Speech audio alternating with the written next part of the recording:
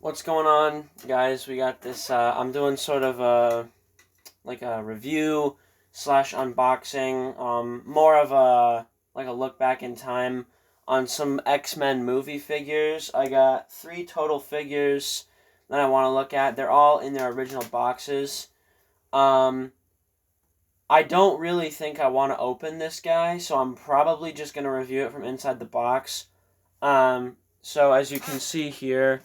I'll give a little bit of a better look at the box. So it's got this X on there. It's got a picture of the guy who played Professor X. His name is Patrick Stewart. He was also, I believe, in Star Trek. And then there's the figure packaged sideways and everything. Um, this box looks really cool. It looks like the Danger Room from the movie, so I like that a lot. At least I think the Danger Room was in this movie. It was in one of the movies. Down here it says Marvel X-Men the movie. Tells you everything that's going on back here. There's the back of the box. You've got your cross sale there with all your figures. More of the same stuff that it told you up here. And then there's a brief description. Oh, you can't see that way. There's a brief description of the movie and stuff back there and how to use the play feature. Don't know what he's doing right there. But yeah, these figures don't really pose well, so I don't really know if I'm going to take them out of the box. I'd probably just prefer to get like a nicer figure. Alright, so you can see here, this figure looks pretty good. Looks a lot like the actor. He's got a play feature on his wheelchair. You pull it back and he goes forward. Let me get all this out of here. I don't think mine works very well. I don't know what's going on there. So this is an older toy, and it's probably not everything is 100% on it. I think it should work, but it's just not propelling itself forward. I don't know if I'm missing something. But so he comes with this accessory here. There you go, you can see that. That is Cerebro, which means brain in, I believe, Spanish. And let me just put it on his head. And it connects to his wheelchair back here somehow, like this. So there's this spot right here, and there's a pin on the cord, and it just plugs right in there. I'll put Cerebro back on his head afterward. So yeah, you get something kind of like that. I think it's actually supposed to be like this, but it kind of wants to pop up. But there you go. That looks pretty good. I can't really seem to get the play feature operating right. Let me try this again here. I'm going to do it off camera. I'm kind of winding it up.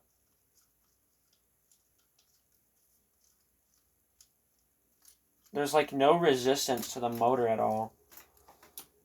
And then yeah, I don't think this works. Maybe I'll have to take it apart and see what's up. But so of course the wheelchair and the Cerebro accessory are really just additions to this figure. So I'm gonna take this off of him, and you actually have a pretty nice figure here that stands really well. So let me get him. Yeah, they crippled the figure. So he has this play feature on the back where he can kind of move his arms. I don't really know why. Maybe it's supposed to look like he's hitting a sick wheelie or something. I don't know why his arms move. And they do plug into the chair, but I don't see where there's a piece of metal back here, and I thought maybe you take something metal and you touch it to it. But I don't really know how to get it working. And I thought maybe a magnet. I haven't tried a magnet yet, so let me grab a magnet. Alright, Spider-Man's going to help me out with this one. So maybe, just maybe, if we take our guy here, we put him in his wheelchair, we get there's pegs on the wheelchair as well. You got to align everything. You might be able to see it like there. I don't know if that's really visible, but I'm going to touch Spider-Man's hand to the back, and then maybe that doesn't do anything. I don't know why this is back here. If I'm missing something, I did read the directions.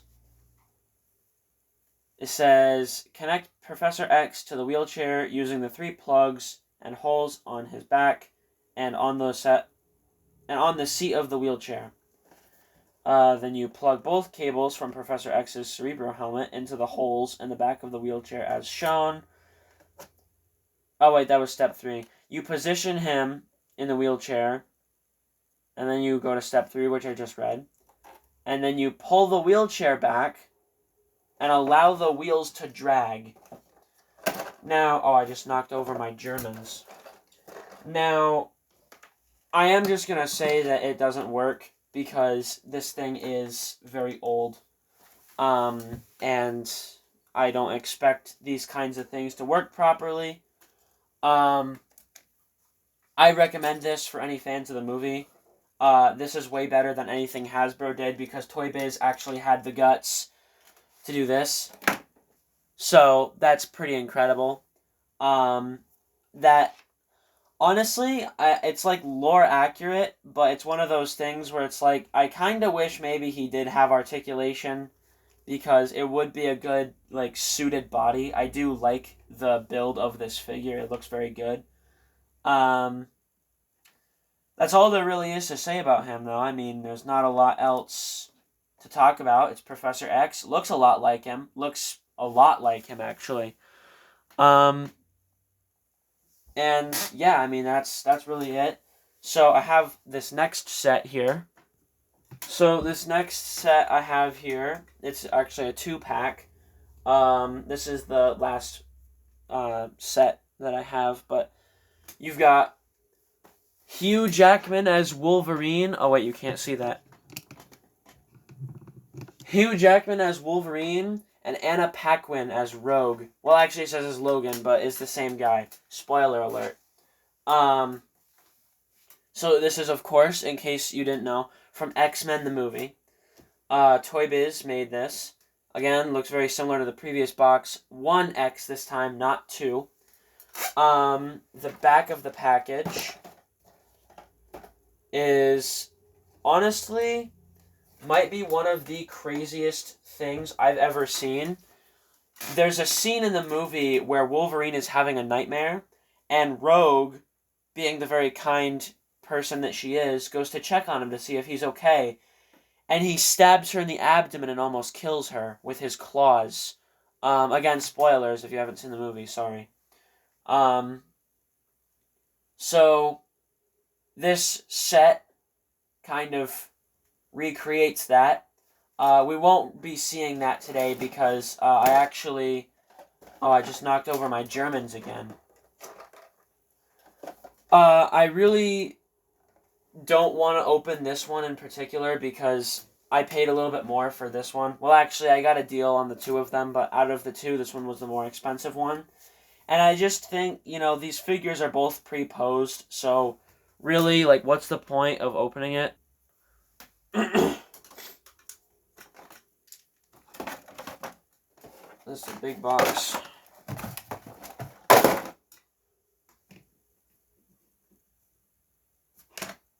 Okay.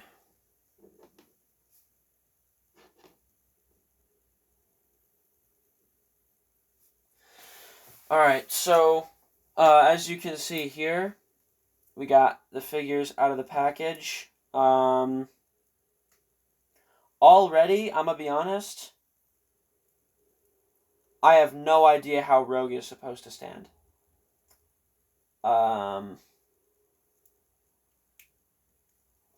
So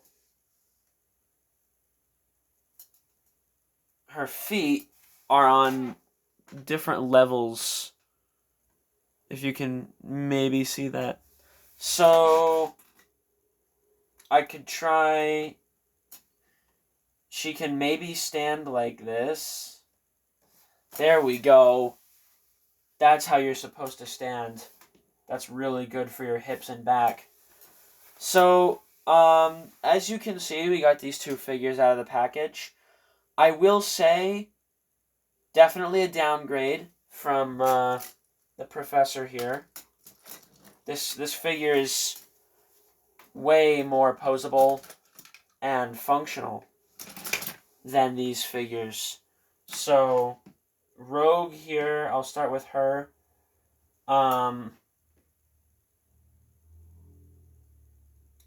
Okay. Nobody asked for him to fall over. Something I'm just going to say right now. I've had this experience with Toy Biz figures before. These things are really greasy. And I don't mean like the like it. Have you ever like opened your car door or touched like some piece of machinery or whatever that has like that black like coating on it, and you touch it and it gets on your fingers and it's like you can kind of I don't know if you can hear that. That's me just like rubbing my fingers together. It's kind of like this weird coating that's covered my hands, and now it's, I don't know why, but it's really weird. And the figures were like loaded in it, so it's a little bit strange. I don't know why. Don't know what they were doing with my figures, but I'm not a fan of that. So something I'm just gonna say right now. These are definitely a lot like the Toy Biz figures from the 90s. Low posability, pre-posed limbs. There's a lot more left over from the older Toy Biz figures, like the original X-Men figures in these. Whereas this figure is closer to Marvel Legends. So, yeah, Rogue here is a good example. Her arms move forward and out, and then she has a swivel here, no elbow joint. So all you can really do is forward and backward, out, and swivel. Her wrist doesn't have a hinge. There's no elbow hinge. Like, it looks good, right? I don't know how well that's gonna turn out on the camera, but that looks good, but it's completely non-functional. And then she has a swivel at the waist, which you can see right there. Her head is on a swivel, actually gets pretty decent range. Her scarf sort of thing is a loose piece. She has a swivel here, no hinge, but a swivel at the thigh. Knee bend, nothing at the foot. So if you want to get her to stand, at least on mine, my leg is probably warped. But it's got to be like that. Then with Wolverine here, he's pretty inconsistent with his articulation. His head is on a 360 swivel, I think. There it goes. It gets unstuck. And by the way, that is just a beautiful, beautiful face right there. Look at that guy. Man, looks just like Hugh Jackman. And he's in his awesome shirt. I like his shirt a lot. It's the one that he almost cuts that guy's head off in the bar. He like cut his shotgun in half. It's really cool. If you haven't seen the movie, you should watch it. If you haven't seen it as well, I'm sorry because I've spoiled a lot in the movie. So there's about to be another spoiler up here that the box very subtly alluded to. But he's got, his arm moves forward and backward. Nothing else in the arm because of the play feature that's built into it, which is his claws retracting there, which is pretty cool. Something that was seen on the original Toy Biz Wolverine. Then he's got this arm, which has a hinge, or it has a rotation, whatever you want to call that. Moves forward and backward. Let me zoom in a little bit here so you can see. So, then he's got a hinge here. There's gold painted over the rivet. So, that's off camera. So you can see there. It looks better with the shirt. And then, no retractable claws. Then he's got a swivel at the torso. His legs move forward. Rogue is very jealous. Knee hinge. And then nothing else. But his legs don't move in or out, which isn't really a problem with the Professor, and it wouldn't do anything with Rogue because, she can't move her legs forward. But he's always kind of standing like this, which is good for the duo play feature here. One would not be complete without the other.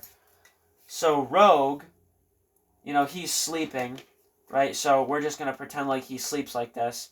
And Rogue hears him screaming bloody murder in his sleep as he's having flashbacks of the tortures at Weapon X. And she comes in asking him if he's okay. And then he freaks out, wakes up, and he stabs her. And the claws come out of her back. I don't know if you're going to be able to see that, but he stabs her and the claws come out of her back. That is wild. I don't think there's another toy line out there that has a play feature where you almost kill a 16-year-old girl for being a kind person. But yeah, so that's pretty crazy.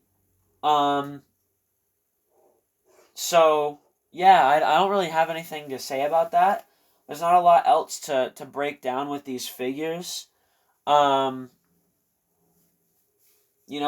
is doing rogue things, and Wolverine is stabbing her, I guess. That's pretty crazy. So, yeah, Rogue, I didn't go over her face either. She's got the McFarlane side eye. I don't know why this is so bright. Let me turn that down a little bit. She's got the McFarlane side eye right there, and her face looks like an early 2000s figure. Toy Biz for a while had a hard time making female figures. Actually, I don't think they ever really got past that.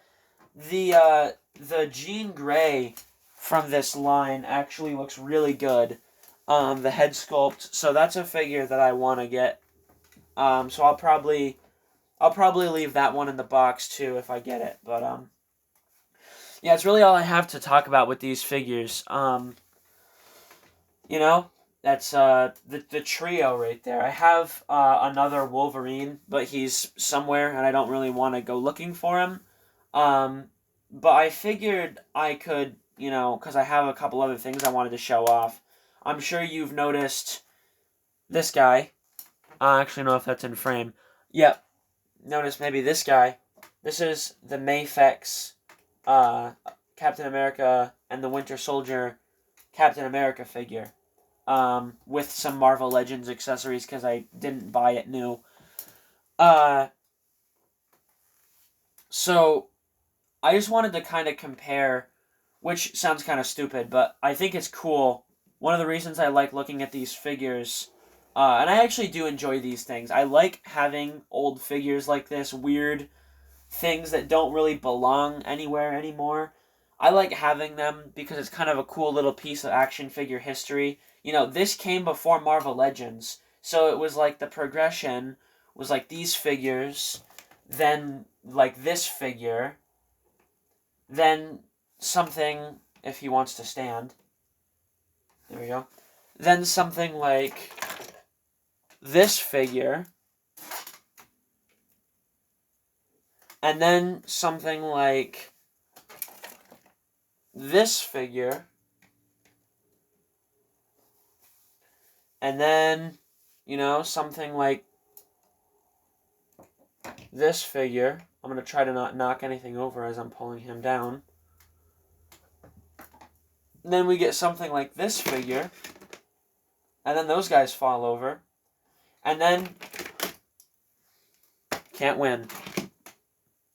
And then after all that, after all these guys fall over, let me increase the brightness a little bit so you can actually see what you're looking at. After all that, you get something like this guy, which is a very, very high quality import figure from Japan, from one of my favorite Marvel movies. I love this figure. This guy is super, super cool.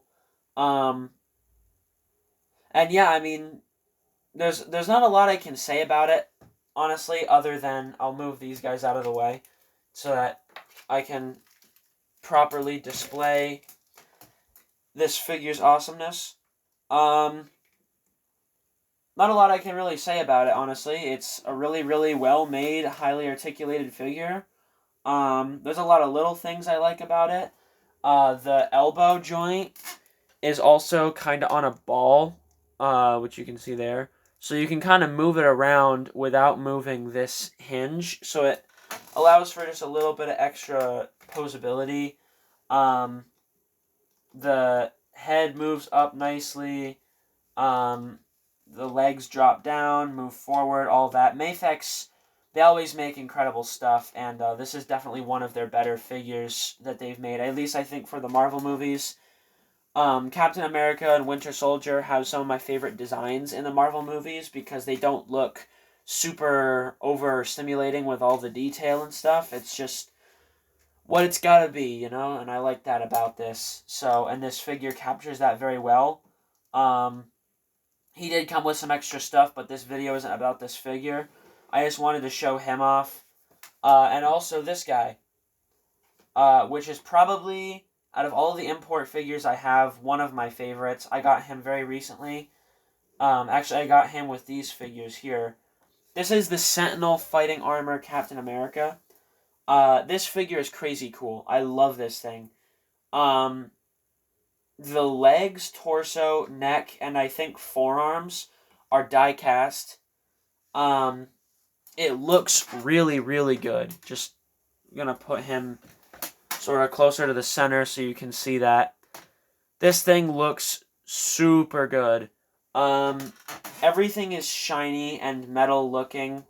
It's also done very differently than most figures. The shield will come off. So there you go. There's your shield design. You got this guy here. So his head, it looks up on this weird sort of hinge. So it's not a ball joint like this figure. His head is on. Let me get this into frame here. Drop the brightness so it's not so blinding. His head is on this sort of articulation system you can see there. So it moves forward and backward, and then so does the neck. Or how Marvel Legends does it, where it's on a ball joint and hinge. This figure kind of incorporates all of those approaches. So the head is on, like, the actual headpiece is on a hinge. So this whole part right here is actually like this, just basically a plate. There's nothing inside, and it just moves up and down. If you had the figure, you would know what I'm talking about. If anyone can help me out in the comment section, because I don't really know how to describe it. It's like, if you can see inside there, you might be able to see what I'm talking about. So, there's a joint running through the middle, and it kind of connects to these two discs on the side here, and then this moves up and down. So that's pretty cool. And then that's all on a ball, which plugs into the neck, which plugs into the torso. So you can get all sorts of range.